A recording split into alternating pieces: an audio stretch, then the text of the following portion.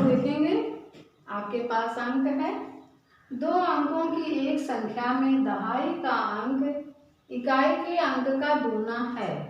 यदि अंकों के स्थान बदल दिए जाएं तो नई संख्या पहले से 36 कम हो जाएगी। संख्या बताइए। तो आप लोग यदि दो अंक कहा जा रहा है तो आप लोग इकाई और दहाई दोनों मानेंगे। तो मान लेंगे, माना दहाई x और इकाई y है। तो हमारी संख्या बन गई।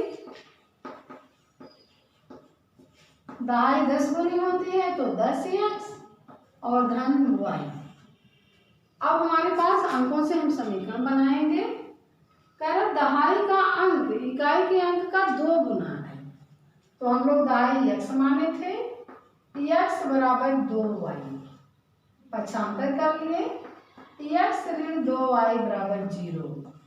पहला समीकरण बन गया। हम लोग लगाएंगे विलोपन विधि से। तो हम लोग दूसरा समीकरण बनाएंगे। कह रहा है कि यदि अंकों के स्थान बदल दिए जाएं तो हमारे पास संख्या थी पहले 10x धन y, और जब हम अंक बदल लिए तो हो गया x धन 10y। कह रहे हैं कि अंकों के स्थान बदल दिए जाएं तो नई संख्या होती है जिसका हम लोग स्थान बदलते हैं, पहले से 36 कम हो जाएगी। मतलब इससे ये 36 कम है। यदि हम इसमें 36 जोड़ दे रहे हैं तो इसके बराबर हो जा रही है। तो हम लोग 36 जोड़ देंगे। अब पक्षांतर कर लेंगे।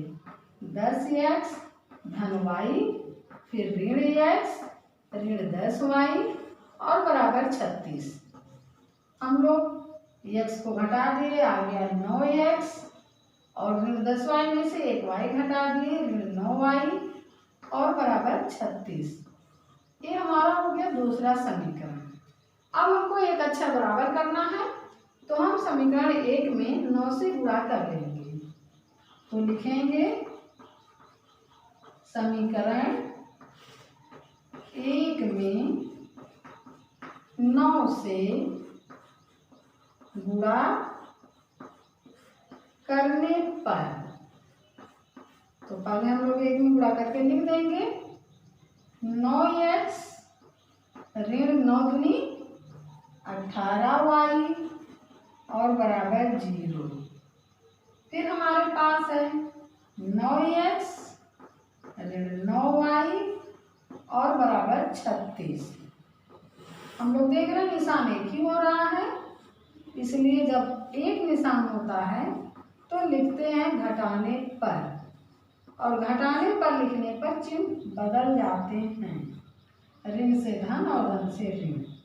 अभी 9 कट गया, 18 में से 9 घटा दिए तो ऋण 9y, क्योंकि 18 हमारा ऋण था और बराबर ऋण 36। तो y बराबर ऋण 36 और बटे ऋण 9। ऋण का भागफल धन और 9 चौक 36। तो y बराबर 4। अब y का मान समीकरण 1 में रख देंगे। y का मान समीकरण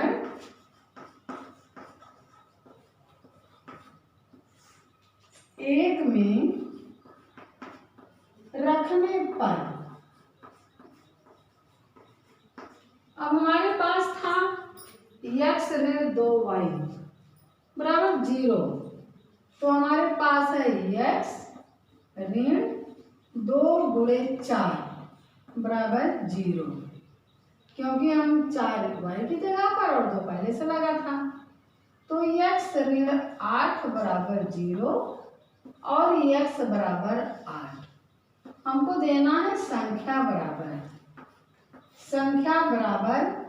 अब दहाई के स्थान पर 8 और इकाई के स्थान पर 4, तो आपके पास आंसर बराबर 84।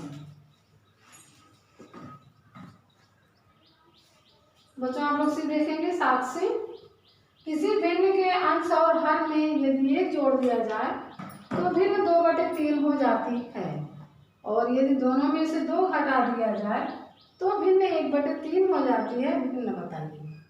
तो आप लोग भिन्न में जानते हैं कि अंश और हर होता है, तो हम लोग यहाँ अंश और हर मानेंगे। तो माना भिन्न का अंश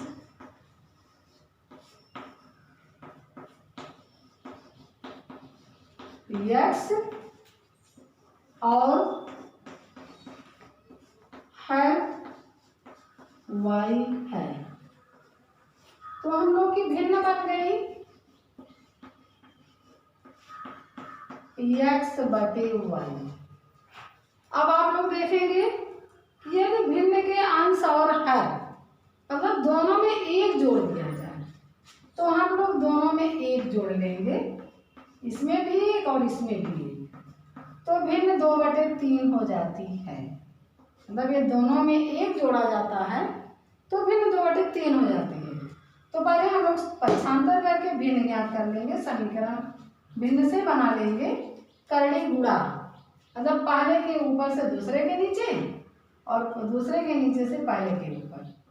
तो 3 से गुणा x में 3x और फिर धन 3 से गुणा 1 में 3, फिर बराबर 2y और धन 2।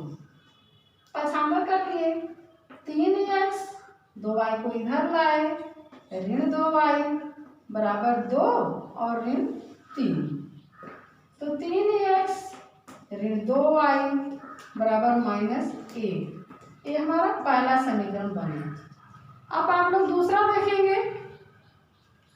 यदि भिन्न से 2 घटा दिया जाए तो x ऋण 2 और y ऋण 2, दोनों में से 2 घटा दिया जाए तो भिन्न 1/3 हो जाती है।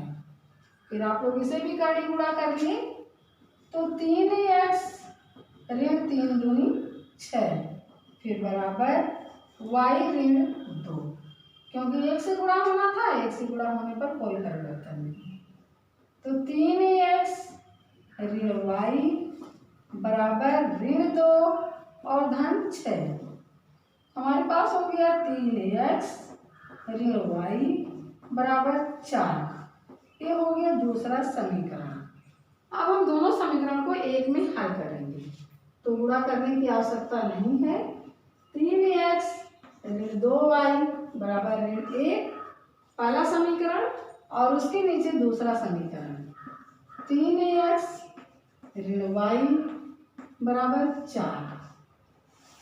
अब हमारे पास चिन्ह परिवर्तन करना है, तो घटाने फर्क लिखेंगे और सबका चिन्ह परिवर्तन।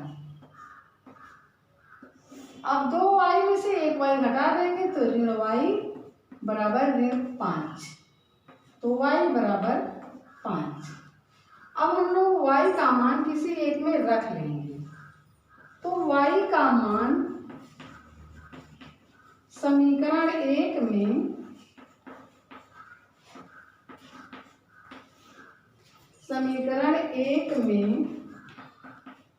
रखने पर,